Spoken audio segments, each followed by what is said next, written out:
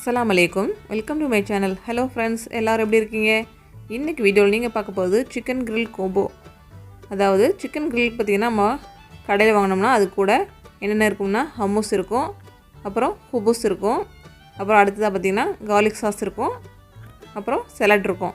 So இதெல்லாம் வந்து ஈஸியாக வீட்டிலே நம்மளே எப்படி ப்ரிப்பேர் பண்ண போகிறோம் அப்படிங்கிற வீடியோ தான் நீங்கள் இன்றைக்கி பார்க்க போகிறீங்க. வீடியோக்குள்ளே போகிறதுக்கு முன்னாடி இப்போ தான் நீங்கள் என்னோடய சேனலை ஃபஸ்ட் டைமாக விசிட் பண்ணுறீங்கன்னா ப்ளீஸ் மினிமம் ஒரு 4 நிமிஷமாவது வீடியோ பார்த்துட்டு சப்ஸ்கிரிப்ஷன் பண்ணுங்கள். அப்போ தான் உங்களுடைய சப்ஸ்கிரிப்ஷன் வந்து எனக்கு சேரும், இல்லைனா அது யூடியூப் ஸ்பாம் எடுத்துக்கும்.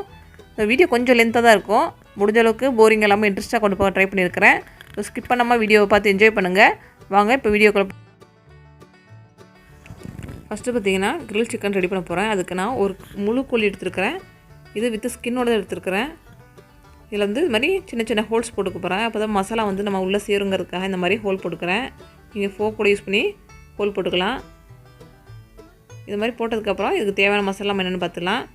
ஒரு பவுலில் பார்த்தீங்கன்னா 1 டேபிள் ஸ்பூன் அளவுக்கு நான் தயிர் எடுத்துருக்கிறேன். அது கூட மிளகாய்த்தூள் வந்து ஒரு 1.5 டீஸ்பூன் அளவுக்கு காஷ்மீரி சில்லி எடுத்துருக்கிறேன்.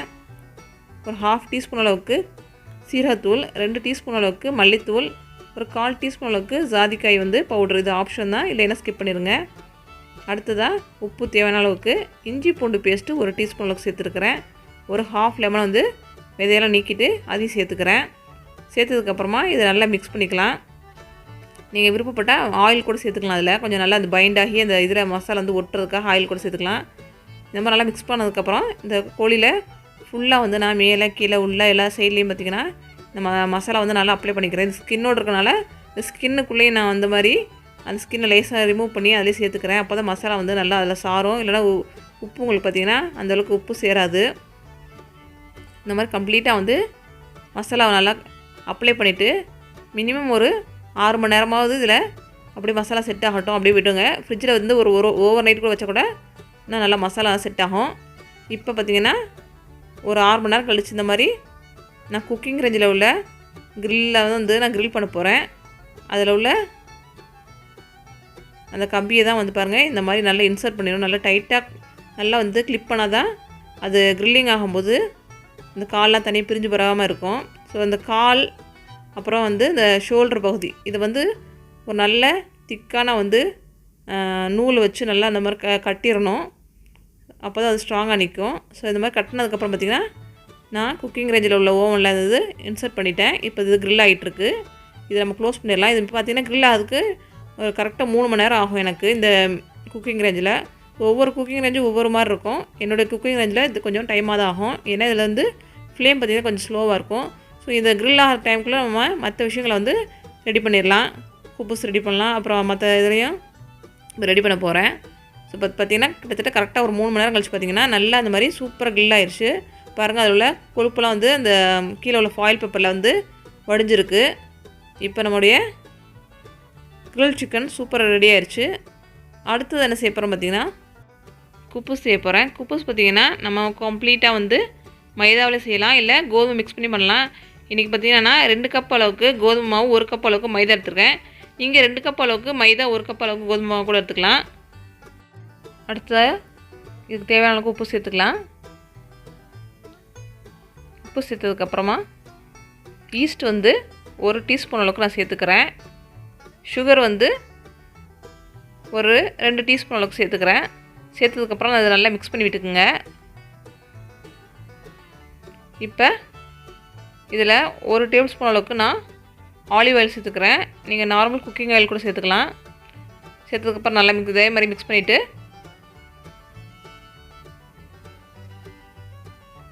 இப்போ வெதுவெதுப்பான தண்ணியை கொஞ்சம் கொஞ்சமாக சேர்த்துனா நல்லா இது சப்பாத்தி மாவு அளவுக்கு பிசைஞ்சு எடுத்துக்க போகிறேன். ஸோ இந்த மாதிரி இப்போ பிணைஞ்சாச்சு. இதை வந்து ஒரு பவுலில் கம்ப்ளீட்டாக நான் ஆயில் தடவி இருக்கிறேன். அந்த ஆயில் தடவின பவுலில் வந்து இதை வச்சுட்டு இது மேலேயும் கம்ப்ளீட்டாக வந்து சுற்றி வந்து எண்ணெயை தடவி இதை ஒரு 1 மணி நேரம் நல்லா க்ளோஸ் பண்ணி அப்படியே மூடி வச்சிடணும். அப்போ தான் வந்து அந்த ஈஸ்ட் வந்து நல்லா ஆக்டிவேட் ஆகி நல்லா பொங்கி வரும். நல்லா பார்த்திங்கன்னா அது குபூஸ் வந்து நல்லா சாஃப்டாக இருக்கும். எண்ணெயை அப்ளை பண்ணியாச்சு. இந்த மாதிரி நல்லா கவர் பண்ணி நல்லா வெதுவெதுப்பான இடத்துல இது வந்து க்ளோஸ் பண்ணி வைங்க. அப்போ தான் நல்லா இது உப்பி வரும். இப்போ பார்த்திங்கன்னா 1 மணி நேரம் கழிச்சு பார்த்திங்கன்னா இந்த மாதிரி நல்லா உப்பி வந்துருச்சு. இது வந்து நம்ம ஈவனாக வந்து ஒரே சேம் சைஸில் வந்து கட் பண்ணி எடுத்துக்கணும். இந்த மாதிரி நல்லா பிணைஞ்சி விட்டுட்டு இந்த மாதிரி கட் பண்ணி எடுத்துக்கோங்க. நம்ம நார்மலாக சப்பாத்திக்கு எதே மாதிரி உருட்டுவோமோ அந்த மாதிரி நல்லா ஒரு ரவுண்டை உருட்டிங்க. நல்லா உங்களுக்கு ஷேப் வரணும். அந்த மாதிரி ஒரு லிட்டு வச்சு நல்லா நம்ம சுற்றி எடுத்தோம்னா நல்லா இந்த மாதிரி ரவுண்டாக வந்துடும். கொஞ்சம் சப்பாத்தி விட கொஞ்சம் மாவு வந்து ஓரளவுக்கு திக்காக இருக்கணும். அப்போ தான் வந்து இது நல்லாயிருக்கும். ரொம்ப தின்னாக உருட்டி இருக்கக்கூடாது.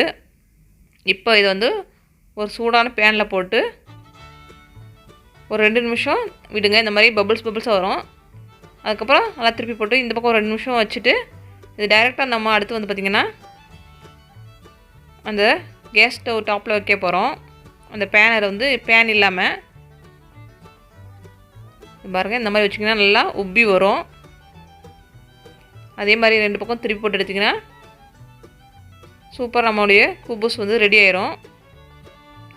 இதை வந்து நீங்கள் டைரெக்டாக பேன்லேயே கூட சுட்டு எடுக்கலாம். நம்ம இஷ்டம் தான். பாருங்கள் சூப்பராக இப்போ நம்முடைய குபூஸ் ரெடி ஆயிடுச்சு. 2வது டிஷ்ஷும் இப்போ சூப்பர் ரெடி ஆயிடுச்சு. 3வது பார்த்திங்கன்னா ஹம்முஸ் செய்ய போகிறோம். ஹம்முஸ்ங்க வந்து கொண்டக்கடலை செய்யக்கூட ஒரு பேஸ்ட் தான். இதுக்கு பார்த்திங்கன்னா இன்னும் 100 கிராம் அளவுக்கு கொண்டக்கடலையை நைட்டே வந்து ஊற போட்டு வச்சுட்டேன் தண்ணியில். ஸோ அடுத்த நாள் பார்த்திங்கன்னா நல்லா ஊறினதுக்கப்புறம் குக்கரில் போட்டு இது மூழ்கிற அளவுக்கு தண்ணி சேர்த்துட்டு நல்லா வேக வச்சு எடுத்துக்கணும். வேக வச்ச அந்த கொண்டக்கடலையை வந்து இப்போ மிக்சியில் வந்து சேர்த்து அரைக்க போகிறேன். ஸோ இதில் கொஞ்சம் வந்து கார்னிஷிங்காக கொஞ்சம் எடுத்து வச்சுக்கிறேன். இப்போ இது கூட பார்த்திங்கன்னா ஒரு பாதி லெமன் சேர்த்துக்கிறேன். 2 பூண்டு பல் சேர்த்துக்கிறேன்.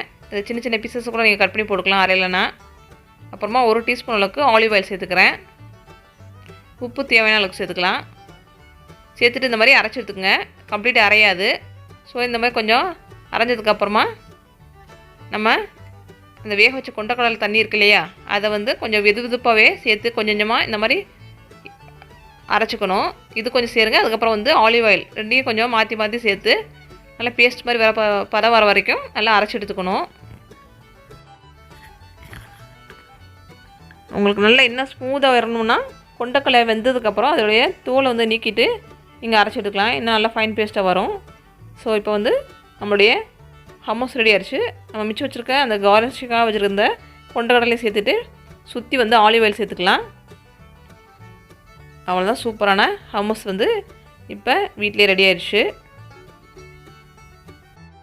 ஸோ சில பேர் பார்த்திங்கன்னா கொண்டக்கடலை ஊற வைக்கும்போது அதில் வந்து பேக்கிங் சோடாவை போட்டு ஊற வைப்பாங்க. நல்லா வந்து அது வெந்து வேக வச்சதுக்கப்புறம் நல்லா சாஃப்டாக இருக்குங்கிறதுக்காக அந்த மாதிரி செய்யலாம்.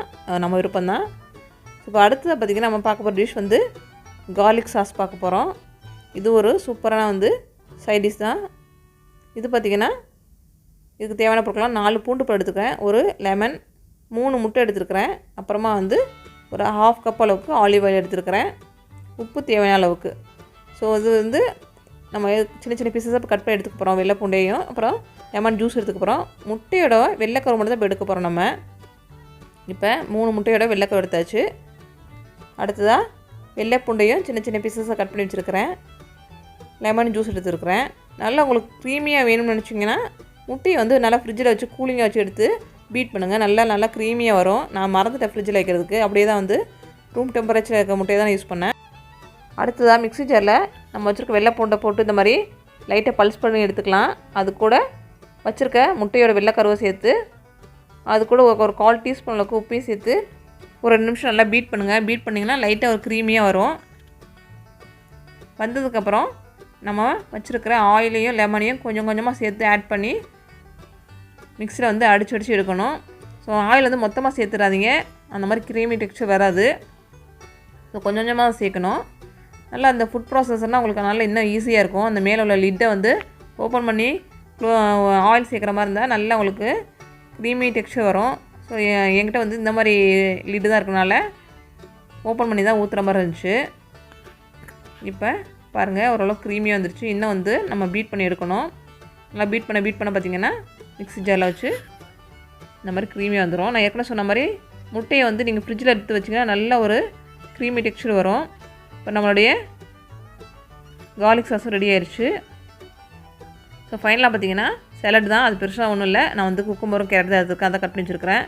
ஸோ பாருங்கள் ரெஸ்டாரண்ட்டில் வாங்கவே நம்மளுடைய வீட்லேயே எவ்வளோ சூப்பராக ஈஸியாக வந்து கிரில் சிக்கன், அப்புறம் வந்து கார்லிக் சாஸ், ஹம்மஸ், குபூஸ், அப்புறம் சாலட் எல்லாமே சூப்பராக ஈஸியாக ரெடி பண்ணிட்டோம். ஸோ இதுக்காக நம்ம ரெஸ்டாரண்ட்டோ இல்லை ஹோட்டலுக்கோ போகணும் அவசியமே கிடையாது. நம்ம வீட்லேயே வந்து பாருங்கள் எவ்வளோ சிம்பிளாக ஈஸியாக வந்து ரெடி பண்ணிட்டோம். ஸோ கண்டிப்பாக வந்து இதில் உங்கள் வீட்டில் ட்ரை பண்ணி பாருங்கள்.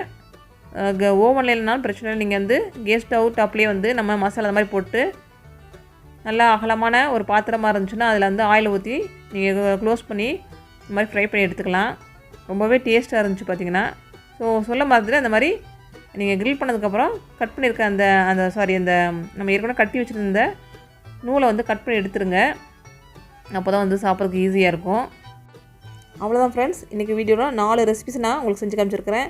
நான் ஏற்கனவே சொன்ன மாதிரி வீடியோ கொஞ்சம் லென்த்தாக இருந்தாலுமே முடிஞ்ச அளவுக்கு போரிங் இல்லாமல் எல்லா ரெசிபிஸுமே ரொம்ப ஷார்ட்டாக தான் சொல்லி காமிச்சிருக்கிறேன். கண்டிப்பாக இந்த வீடியோ உங்களுக்கு பிடிச்சிருக்குன்னு நினைக்கிறேன். இந்த வீடியோ உங்களுக்கு பிடிச்சிருச்சுன்னா ஒரு பெரிய தம்ஸ் அப் கொடுங்க. உங்கள் ஃப்ரெண்ட்ஸ் அண்ட் ஃபேமிலிக்கு ஷேர் பண்ணுங்கள். மறக்காமல் சப்ஸ்கிரைப் பண்ணுங்கள். கூடவே பக்கத்தில் இருக்க பெல் ஐக்கானை ப்ரெஸ் பண்ணுங்கள். அது ஆளுங்க சிம்பிள் வரும், அதை கிளிக் பண்ணுங்கள். அப்போ தான் நான் போகிற வீடியோஸ் உங்களுக்கு நோட்டிஃபிகேஷன் வந்து சேரும். தேங்க்ஸ் ஃபார் வாட்சிங்.